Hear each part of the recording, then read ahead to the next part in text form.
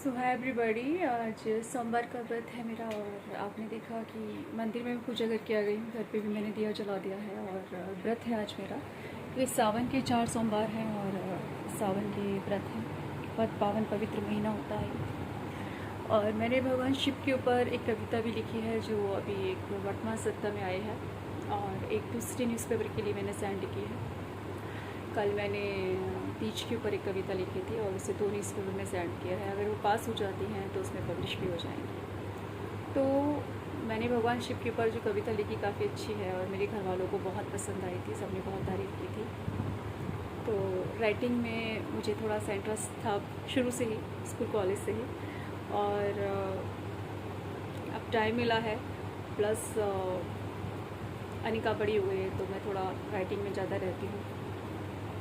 मुझे लिखने का बहुत शौक़ था और इस शौक़ को मैं थोड़ा सा न्यूज़पेपर में मेरी कविता वगैरह आती हैं तो अच्छा लगता है। कई न्यूज़पेपर वाले मुझसे आर्टिकल सेंड करते हैं कि आप इस आर्टिकल पे, इस टॉपिक पे हमें लिख के सेंड कीजिए।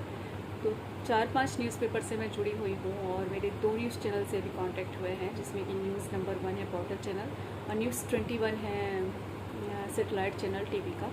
उसके लिए मुझे प्रोग्राम तैयार करने के लिए है कि अभी थोड़ा सा मैं बिज़ी चल रही हूँ। थोड़े हेल्थ इश्यूज़ आ गए थे मेरे अभी, तो इस वजह से मैंने वो चीज़ अभी स्टार्ट नहीं की है। और बाकी अच्छा लगता है न्यूज़पेपर में अपनी पिक्स देख कर, अपने पोएम्स देख कर। बाकी मुझे नृत्य का बहुत शौक़ है। तो डांस कहते हैं, माँ पार्वती और शिव ने डांस का, नृत्य को जन्म दिया था। हेमा मालिनी जी बहुत अच्छी नृत्यांगना है, वैजंती माला जी बहुत अच्छी है, माधुरी दीक्षित जी। बचपन से मैं माधुरी दीक्षित जी और हेमा मालिनी जी को देखती आई हूँ और बड़े होकर मुझे वैजंती माला जी को देखने का मौका मिला। जब भी मुझे टाइम मिलता है मैं इन सब के डांस देखती हूँ और उनको कॉपी करती हूँ और मैंने इन्हीं से सीखा है डांस करना। थोड़ा बहुत ठीक ठाक मैं डांस भी कर लेती हूँ।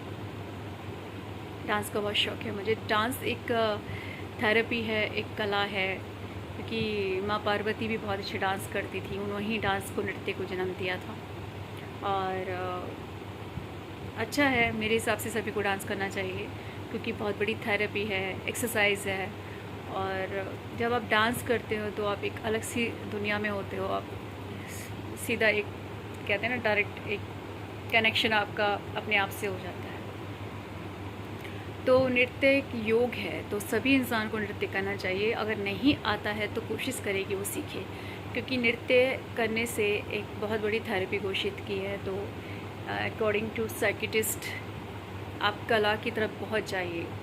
आपको लगता है कि आप थोड़ा सा सबसे परेशान हो गए हैं तो आप कोशिश करें कि आप सिंगिंग करें, नृत्य करें। और नृत्य करते हुए इंसान बहुत ही ज़्यादा मेडिटेशन में होता है, क्योंकि उसे हर चीज़ का ध्यान रखना होता है। तो नृत्य को तो बहुत बड़ी थेरेपी घोषित की है। अगर आपको नहीं आता है तो आप सीखिए। नृत्य एक बहुत बड़ी एक्सरसाइज है, बहुत बड़ी थेरेपी है, बहुत बड़ी कला है। और मैं बचपन से ही डांस करती हूँ। हमारे घर में सभी डांस बहुत करते हैं और डांस का सभी को बहुत शौक़ है, होना भी चाहिए। शौक़ से इंसान जीवित रहता है, शौक़ से इंसान जिंदा रहता है, क्योंकि एक सी ज़िंदगी है, रूटीन वही ज़िंदगी का। ऐसे में हट के आप थोड़ा बहुत नृत्य करते हैं, सिंगिंग करते हैं, डांसिंग करते हैं, तो ये एक जीवन में कलर्स भरते हैं, रस भरते हैं। और बाकी मैंने 2-3 वुमेंस क्लब ज्वाइन किए हुए हैं। वहाँ जाके हम लोग गेट टुगेदर करते हैं। अच्छी ड्रेसेस, अच्छे मेकअप, सिंगिंग, डांसिंग, जिसमें जो भी प्रतिभा है वो दिखाता है। और जिसमें जिसे शेरो शायरी आती है वो शेरो, सिंगिंग करना, डांसिंग करना, ये सब होता है। आज मेरा व्रत है, मैंने सिर्फ 1 कप चाय ली है तो थोड़ा सा मैं डाउन हो रही हूँ, लेकिन ठीक है, अच्छा है, इट्स लाइफ। व्रत पूजा पाठ भी होते रहने चाहिए। तो मैंने 2-3 वुमेंस क्लब से मैं जुड़ी हुई हूँ और वो full of life, full of colours हैं, मॉडर्न हैं। तो वहाँ पे हम हर जो फेस्टिवल्स होते हैं उस फेस्टिवल्स को हम सेलिब्रेट करते हैं। जैसे तीज है, रक्षाबंधन है, दीपावली है, जो भी अच्छा फेस्टिवल आता है, होली है, इसमें लेडीज़ का गेट टुगेदर होता है। पूरी सिक्योरिटीज़ होती हैं वहाँ पे और उसमें हम सिक्योरिटी में नाचना, गाना, singing, dancing, fancy dress competition, सब कुछ करते हैं, रैंप वॉक्स वगैरह। तो ये ज़िंदगी जीने का एक तरीका है, इससे हम खुश होते हैं, पिक्स क्लिक करते हैं, वीडियोस बनाते हैं, ज़िंदगी में कलर भरते हैं और खूबसूरत यादें बनाते हैं। बाकी तो एक रूटीन ज़िंदगी चलती रहती है, लेकिन इसके साथ इन सब का, इस कलर का होना भी ज़िंदगी में बहुत ज़रूरी है, क्योंकि आपकी एक मेमोरी बन जाएगी, एक यादें रह जाएंगी और सिर्फ ये यादें ही हैं, तो बाद में हम खाली टाइम में बैठ के इन्हें खुश होते रहते हैं। ये ज़िंदगी है और ज़िंदगी ऐसी होनी भी चाहिए। बाकी इट्स 21st सेंचुरी, तो 21st सेंचुरी में इंसान को थोड़ा मॉडर्न भी होना चाहिए, थोड़ा सा मॉडर्निज्म भी होनी चाहिए। आप पुराने कल्चर को भी साथ में लेके चलिए, व्रत पूजा पाठ को, भक्ति को भी लेके चलिए, अपने संस्कारों को भी लेके चलिए, अपने प्रिंसिपल्स को भी लेके चलिए, लेकिन साथ में आप थोड़ा मॉडर्न भी बनिए, समय के साथ भी चलिए। 21वीं सेंचुरी है तो 21वीं सेंचुरी जैसा बन के भी रहिए। आप मॉडर्न चीज़ों को अपनी लाइफ में जगह दीजिए, तभी आप समय के साथ चलते रहेंगे, तभी आप नई पीढ़ी के साथ कदम से कदम मिला के चलेंगे। तो इसमें कोई ख़राबी नहीं है, लेकिन साथ में आप अपनी प्रिंसिपल्स को साथ में लेके चलिए और अपनी मर्यादा में रहिए, और अपने प्रिंसिपल्स को, अपने कल्चर को भी साथ लेके चलिए। तो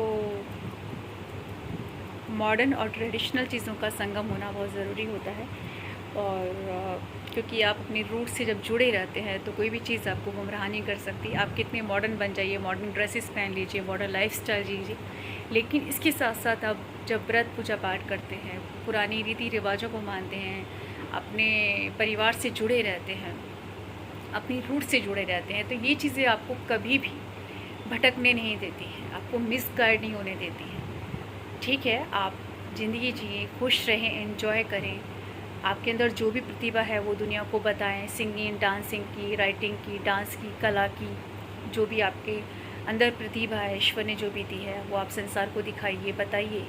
और आप इस धरती पे आए हैं तो लोगों को पता भी होना चाहिए कि आप धरती पर हैं और ईश्वर ने आपको ये प्रतिभा, ये कला दी है।